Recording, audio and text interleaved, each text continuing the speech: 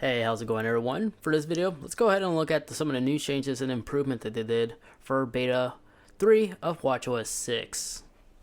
Now, first thing first, when you have a white background like this, you might have noticed that the new lock icon is more like a light blue, if you guys can see. Let me go ahead and remove this screen protector real quick. I featured that case in a previous video. I think that's one of the best cases out there with the screen and case combo protection.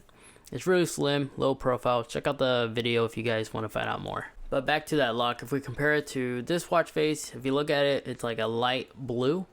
Then if we switch our Apple Watch face to something more standard, like this one, you'll see that the lock is darker. This might be a bug, to be honest, that Apple hasn't yet addressed. Now, during this beta update, we only got a couple of new features. One of which is now we have the ability to delete some stock apps. So if you have no use to use like the Psycho app, we are now able to delete those. But not every stock app is able to be deleted, like music and such. But we could delete cycles, and let's go ahead and also remove Breathe. And if you want to reinstall these, you can just go onto the App Store and reinstall them either by your phone or the App Store on the Apple Watch now. Another new change is on the California watch face.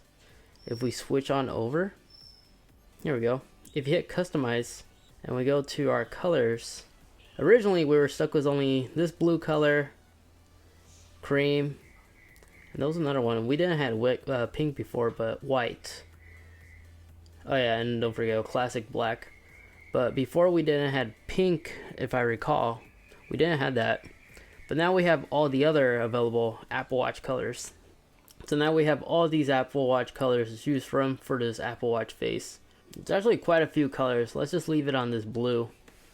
But that was one of the new changes they did for beta 3 of WatchOS 6.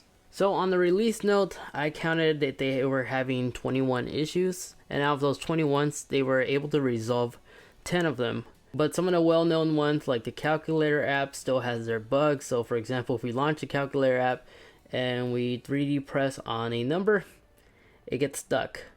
You can simply just tap anywhere else and it will unfreeze it, but that's an issue that's not fixed yet. But it's not really that much of a big deal, but expect it to be gone, hopefully the next beta update. Another fix for this beta 3 is now voice memos. In the past, this was always a feature, but it was buggy and wouldn't always work. Whenever you record a voice memo, it wouldn't always sync onto your iCloud. With this update, it will automatically sync to your iCloud account.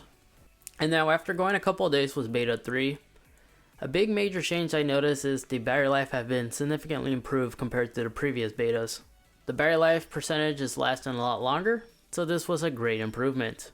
Another fix on this beta, now whenever you're listening to like audio on your iPhone, the now play will automatically always come up. Sometimes with the previous beta, it was like a 50-50 chance. Sometimes it wouldn't bother coming up. You had to manually go into my play in order to have the ability to pause and play whatever you're listening to on your phone. But now that's been resolved. And another known error, sometimes when you activate Siri, play the official podcast. Okay, now it actually launched it. Previously, whenever you asked Siri to play like a podcast, for example, you would sometimes get an error message. It didn't do it this time. Usually it'll take 2 or more times to request Siri to do this. Maybe this already got patched, but that wasn't on the notes, but it works now, I guess. Oh, and I forgot to mention this last time. The progress stats of the audio clip is now in the center here where your pause and play is. So if we skip through on our iPhone, it updates right there. Pretty cool. Now in regards to the official release for WatchOS 6, the public release date, not the beta, the actual finished product, we don't have an exact date just yet. It's still highly likely it's going to be released in September, but we're unsure if it's going to be early September, late September. We don't have a given date just yet. And for those wondering if there will ever be a public beta for WatchOS 6, is highly unlikely for a few reasons. The big major reason is obviously there is no way to downgrade from WatchOS 6 to back to WatchOS 5.